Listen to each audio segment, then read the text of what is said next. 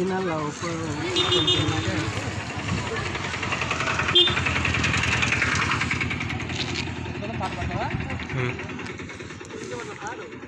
కొంచెం పాడు యాదన్నా నే యాత్రికుడను నే క్రైస్తవుడను నా పయనం యేసుతో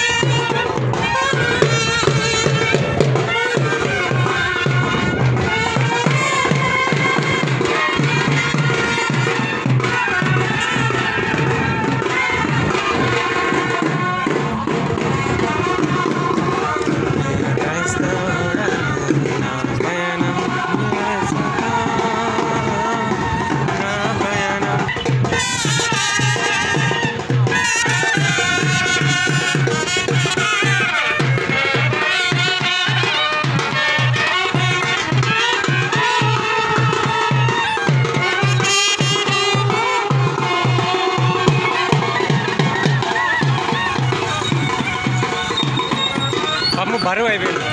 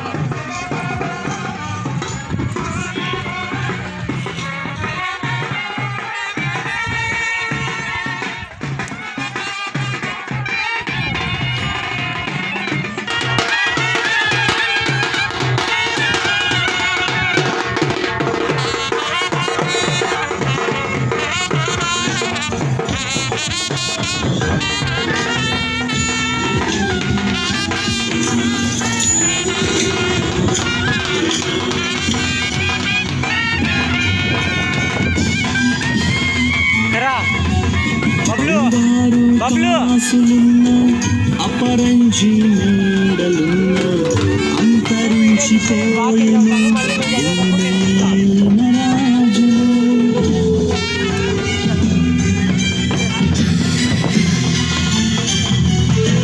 బంగారు కాసులున్న అపరంజి మేడలున్న అంతరించిపోయెను భూమినేలిన రాజులు. నాది నాది నాది అంటూ విర్రవీగుచున్నావా? చచ్చినాక నీది అన్న దేహమైన వచ్చునా? నాది నాది నాది అంటూ విర్రవీగుచున్నావా? చచ్చినాక నీది అన్న దేహమైన వచ్చునా? ఇంతలోనే కనబడి అంతలోనే మాయమయ్యే అల్పమైన దానిక ఆరాటం శ్వాస మీద ధూళి. No one knows but the things that I've been through with you.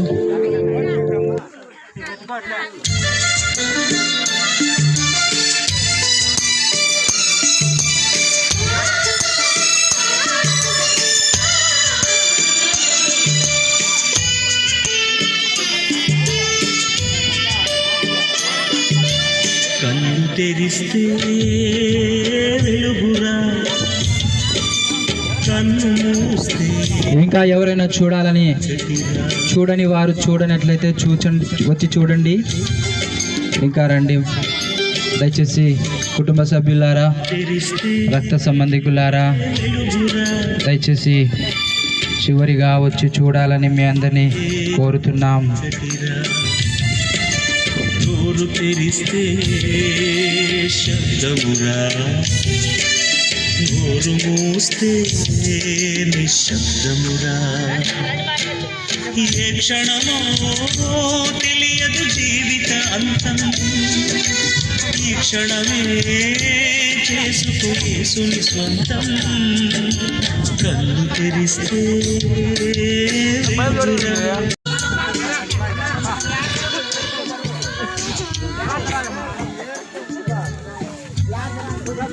ప్రార్థన చేసుకుని ఈ యొక్క కార్యక్రమాన్ని ప్రారంభించుకుందాం. ఆయన ప్రార్థించినగా మనం అందరం కూడా కళ్ళు ముచ్చుకొని ఏకీభవిద్దాం.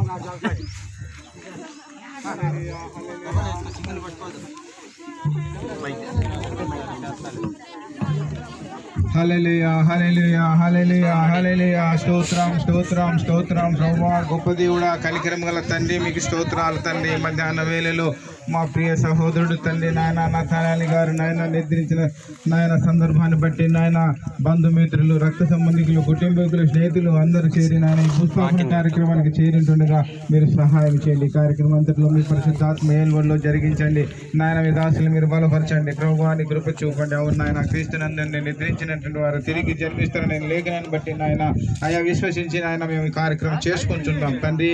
కనికరించండి, కుటుంబ సభ్యులను ఆదరించండి, ధైర్యపరచండి, బలపరచండి, ఓదార్చండి నాయన. దేవా అవును తండ్రి, క్రీస్తునందుని మృతి చెందిన వారు నాయన తిరిగి జన్మిస్తారు. అవును తండ్రి, ఆ యొక్క విశ్వాసంతో మేము కూడా ముందుకు సాగుటకు నాయన సహాయం చేయండి. ఈ యొక్క కార్యక్రమం అంతటినీ కూడా మీ పరిశుద్ధాత్మ ఏలుగులో జరిగించి ఘనత మహిమ ప్రభావాలు పొందమని యేసు ప్రభు దినం బట్టి వేడుకున్నాం తండ్రి. పరిశుద్ధ గ్రంథం బైబిల్లో నుండి ఆదికాండము 2వ అధ్యాయము 17వ వచనం సహోదరుడు యేసు పాదం చదువుతాడు. హల్లెలూయా హల్లెలూయా హల్లెలూయా. మరియు దేవుడైన యెహోవా, ఈ తోటలో ఉన్న ప్రతి వృక్ష ఫలములను నీవు నిర్బంధముగా తినవచ్చు, అయితే మంచి చెడ్డలు కలిగినిచ్చు వృక్ష ఫలములు తినకూడదు, నీవు వాటిని తిను దినము నిశ్చయముగా తెచ్చుదవని నరునికి ఆజ్ఞాపించెను. హల్లెలూయా. కీర్తనల గ్రంథము 15వ కీర్తన 35 నుండి కొరంథీయులకు రాసిన మొదటి పత్రిక 15వ అధ్యాయము 35వ వచనం నుండి 54వ వచనం వరకు. కొరింథీయులకు రాసిన మొదటి పత్రిక 15వ అధ్యాయము 35వ వచనం నుండి. అయితే మృతులు ఎలాగూ లేతురో వారిట్టి శరీరంతో ఒత్తురని ఒకడు అడిగాను. ఓ అవివేకి, నీవు విత్తునది చచ్చితేనే కానీ బ్రతికింపబడదు కదా. నీవు విత్తు దానిని చూడగా అది గోధుమ గింజ అయినను సరే, మరి ఏ గింజ అయినను సరే, వట్టి గింజనే విత్తుచున్నావు గాని పుట్టబో శరీరమును విత్తుటలేదు. అయితే దేవుడు తన చిత్తాన ప్రకారం నీవు విత్తుదానికి శరీరం ఇచ్చును, మరియు ప్రతి విత్తనములకు దాని శరీరం ఇచ్చుచున్నాడు. మాంసం అంతయు ఒక విధమైనది కాదు. మనిషి మాంసం వేరు, మృగ మాంసం వేరు, పక్షి మాంసం వేరు, చేప మాంసం వేరు, మరియు ఆకాశ వస్తువు రూపములు కలవు, భూస్తు రూపములు కలవు, ఆకాశ వస్తు రూపములు కలవు. మహిమ వేరు, భూవస్తు రూపముల మహిమ వేరు, సూర్యుని మహిమ వేరు, చంద్రుని మహిమ వేరు, నక్షత్రముల మహిమ వేరు. మహిమను బట్టి ఒక నక్షత్రమునకు మరి ఒక నక్షత్రమునకు భేదము కలదు కదా. మృతుల పునరుత్థానము అలాగనే శరీరము క్షయమైనదిగా విత్తబడి అక్షయమైనదిగా లేపబడును, బలహీనమైనదిగా విత్తబడి మహిమ గలదిగా లేపబడును, బలహీనమైన దానిని విత్తబడి బలమైనదిగా లేపబడును. ప్రకృతి సంబంధమైన శరీరముగా విత్తబడి ఆత్మ సంబంధమైన శరీరముగా లేపబడును. ప్రకృతి సంబంధమైన శరీరం ఉన్నది కనుక ఆత్మ సంబంధమైన శరీరం కూడా ఉన్నది. ఇందు విషయమై ఆదామును మొదటి మనుషుడు జీవించు ప్రాణి అయిననే వ్రాయబడినది. హల్లెలూయా. చివరిగా తెస్సలోనీయులకు రాసిన మొదటి పత్రిక 4వ అధ్యాయము 13 నుంచి 18 వచనాల వరకు దేవుని సేవకులు చార్లెస్ గారు చదువుతారు.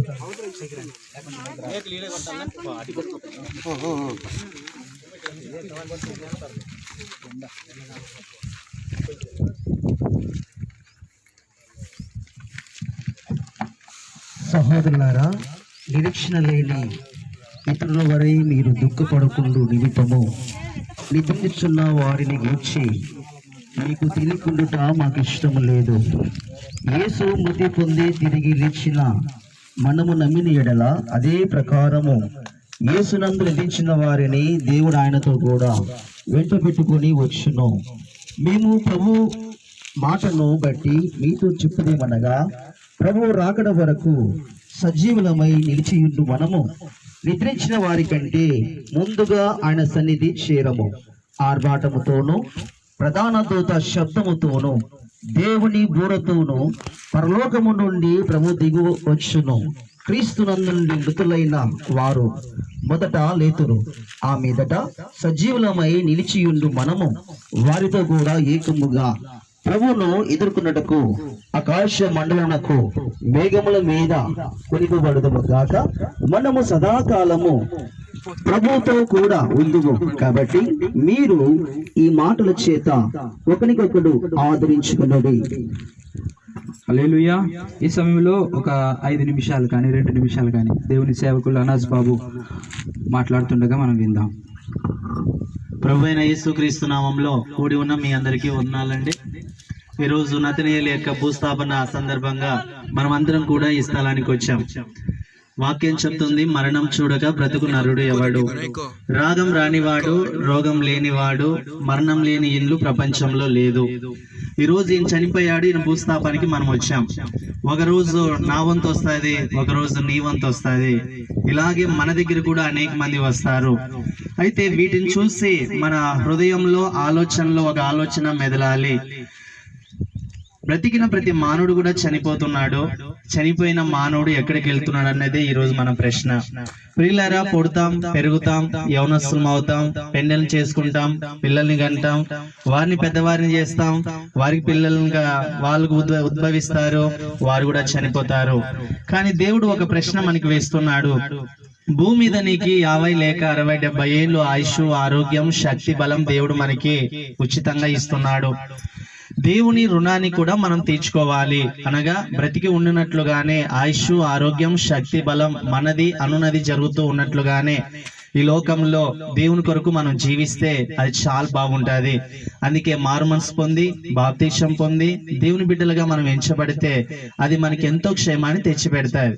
పిల్లరా, ఒక సంఘటన జరిగింది ఒక అడవిలో. ఇది చెప్పి 1 నిమిషంలో నేను క్లోజ్ చేస్తాను. ఒక అడవిలో ఒక సింహము ఒక మనిషిని వెంటాడుతా ఉంది. వెంటాడుతా ఉంటే ఆ మనిషి నేను ఎలాగైనా బ్రతికి బయటపడాలని చాలా చకచకచగా పరిగెత్తుకుంటూ పోతాడు.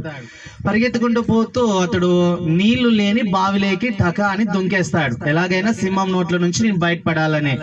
దాంట్లో నీళ్లు లేవు అని తెలుసు ఆయనకి, నేను చస్తున్నానని తెలిసిన వాడే టకా అని దుంకేస్తే ఆయనకు ఒక తాడు దొరుకుతుంది. తాడు పట్టుకొని అలాగే పైకి రాలేక కిందికి రాలేక మధ్యలో బ్రేక్ అయిపోతాడు.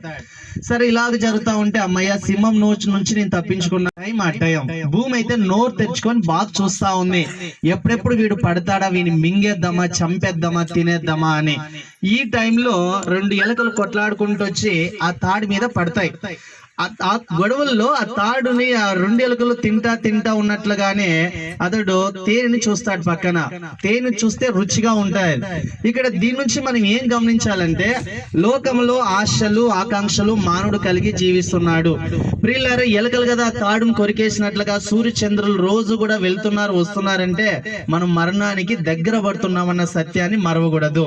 కాబట్టి ప్రేమతో ఒక దైవజనునిగా మీ అందరి క్షేమాన్ని కోరి చెప్పే ఒక మాట ఏంటంటే, మారు మనసు అక్కర్లేని 99 నీతిమంతుల విషయమై కలుగు సంతోషం కంటే ఒక పాపి విషయమై పరలోకమందు ఎక్కువ సంతోషం కలుగునని దేవుడు చెప్పిన ప్రకారముగా సూర్య చంద్రుడు వెళ్ళిపోతున్నాడంటే మన మరణానికి అతి దగ్గరగా వేగంగా ఫాస్ట్ గా మనం దగ్గర పడుతున్నామన్న సత్యాన్ని మరవకుండా ఆయుష్ ఆరోగ్యం ఊపిరి శక్తి బలం ఉన్నట్లుగానే తండ్రి లోక ఆశలకి నేను ఎక్కువగా కాకుండా నీ చిత్తానుసారంగా జీవించే హృదయం ఏమని ప్రార్థిద్దాం. దేవుడి మాటలు దీవించును గాక. హల్లెలూయా.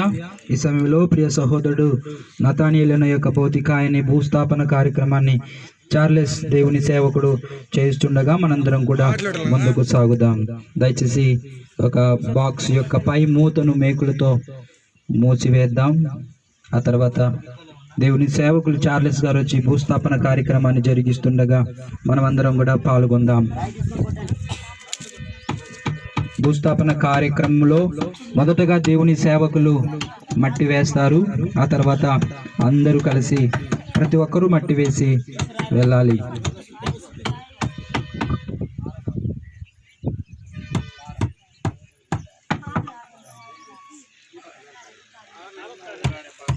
లాస్ట్ ఉండే తీసుకో.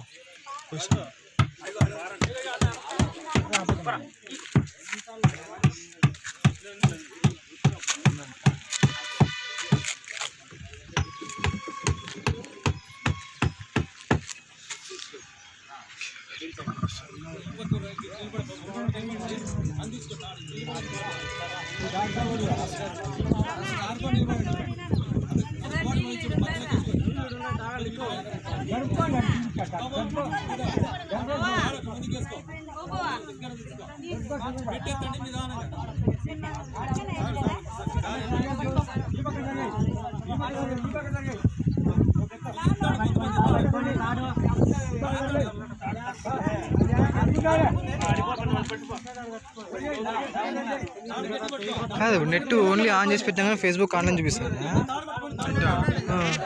ఫేస్బుక్ ఒకసారి వాడాలి, ఒకసారి వాడితే ఆన్ చేసి ఆపిస్తాను అనుకో. నెట్ ఆన్ నుండి ఫేస్బుక్ తింటాను లెఫ్ట్ సైడ్ ఏం వాయింటని చూపిస్తున్నాను. లెఫ్ట్ సైడ్ పడుతుంది దాంట్లో ఫేస్బుక్ ఉంటే నెట్ ఆన్ చేసి వెనక్కి వెళ్ళిపోయాం కదా చూపిస్తాను. యాద చూపిల్లా యాద కల్లా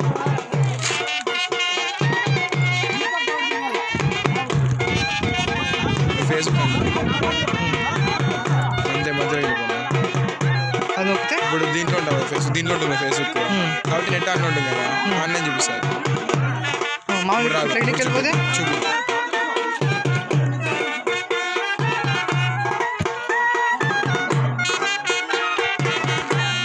ఈసారి కన్నా ఇవన్నీ మేలు కొన్ని చిన్నగా ఉంటాయి మైక్రోవేవ్స్ ఎట్లా నెట్ ఆన్ ఉంటే చూపిస్తారు. రైట్ ఇట్లా ఉంటుంది ఫోన్ నెంబర్ ఉంటుంది.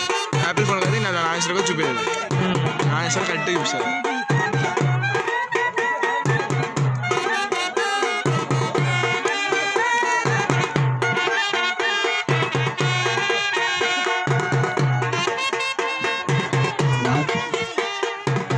ఆఫ్ చేయండి, ఒక నిమిషం ఆఫ్ చేయండి.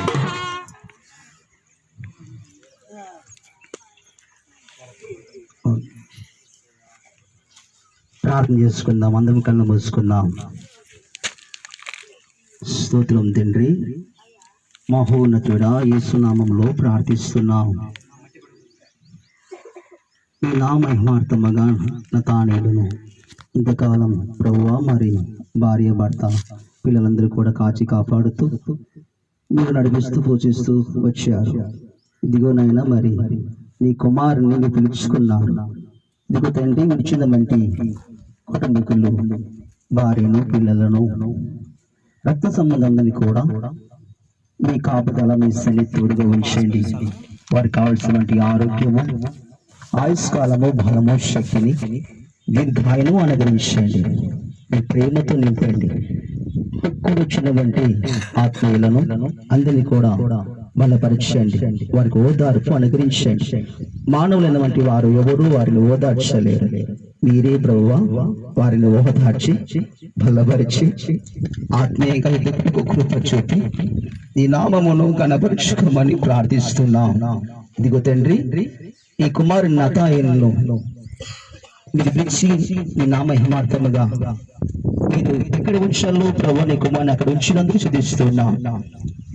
ఈ కాయమును నాయన మరి శరీరమును తండ్రి యొక్కయు కుమారుని యొక్కయు పరిశుద్ధాత్మ నామంలో ఈ శరీరమును మట్టికి మట్టి దుమ్ముకు దుమ్ము ధూళికి ధూళి అప్పగిస్తున్నాం. తండ్రి కృప చూపించి నీ నామం హెచ్చించుకోమని నీ రాకడలో ప్రభువా మరి అలాగునా తండ్రి మీ అందరూ ప్రభువా మరి అందరం కలుసుకొని మిమ్మల్ని ఆరాధిస్తాం, మేము వినముచ్చున్నాము. నీ నామ హిమార్థంగా కృప చూపి మీ నామం గణపరుచుకోమని యేసు నామములో అడిగేడుకుంటున్నాం తండ్రి. అందరూ మట్టి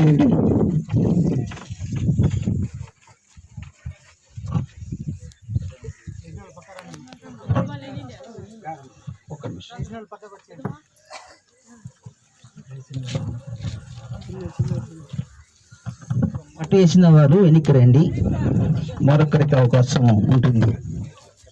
మట్టి వేసిన వారు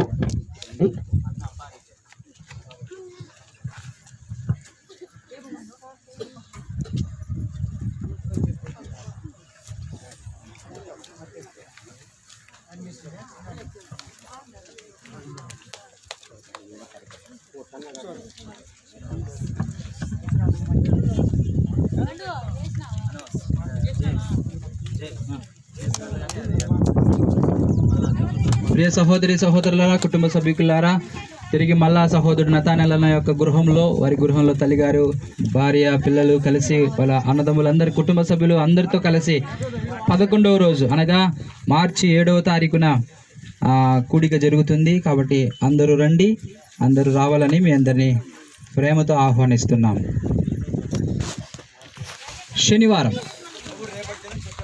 శనివారం ఇలేదన్నా అదే పెట్టుకో.